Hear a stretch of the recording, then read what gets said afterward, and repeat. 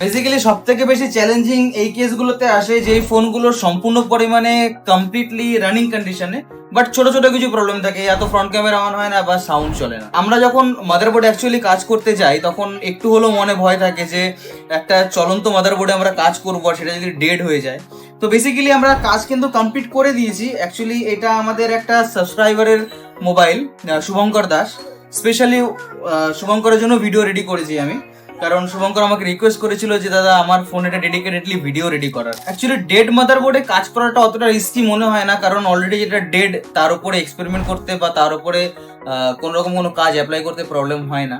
But on মাদারবোর্ডে কাজ করতে একটু রিস্ক লাগে, কারণ যার মাদারবোর্ড অলরেডি রানিং কন্ডিশনে রয়েছে সেই মাদারবোর্ডই কাজ করা এবং প্রবলেম যা ছোটখাটো রয়েছে সেগুলোকে রিজলভ করা একটু চ্যালেঞ্জিং। তো আমরা আমাদের বেস্ট রেজলিউশন দেওয়ার সবসময় ট্রাই করি, সবসময় এটা ট্রাই করি যে কাস্টমারের জন্য ইন ফিউচার কোনো প্রবলেম না হয় মোবাইল ইউজ করার সময়।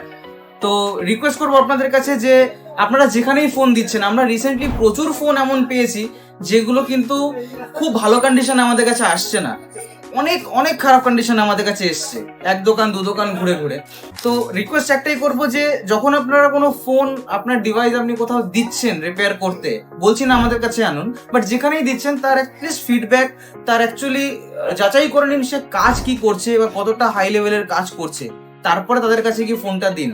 কারণ যারা এই কাজগুলো প্রত্যেকদিন করার অভ্যস্ত না, তাদের কাছে যদি এই ফোনগুলো এই প্রবলেমের জন্য যায়, তারা কিন্তু ডেফিনেটলি ওটাতে ভুল ট্রিটমেন্ট করবে, যে ট্রিটমেন্টটা ওই মোবাইলের হেলথের জন্য পারফেক্ট না। তো রিকোয়েস্ট করবো একটু ভেবে চিনতে, একটু ফেসবুক ইউটিউব ঘেটে আপনি ফোনগুলো দেবেন, যেখানেই দেবেন না কেন। তো আপনারা দেখতে পেলেন যে আমরা অ্যাকচুয়ালি কতটা ক্লিন করে কাজ করি। তার রিজন হচ্ছে এটা যে যতটা ক্লিন করব ততটা কাজটা পারফেক্ট হবে, কারণ ফোনের মধ্যে এক্সট্রা ফ্লাক্স বা থার্ড পার্টি কিছু থার্মাল পেস্ট এক্সট্রা কিছু দেওয়া হয় না, তো সেটা কিন্তু অ্যাকচুয়ালি ফোনের হেলথের জন্য পারফেক্ট না।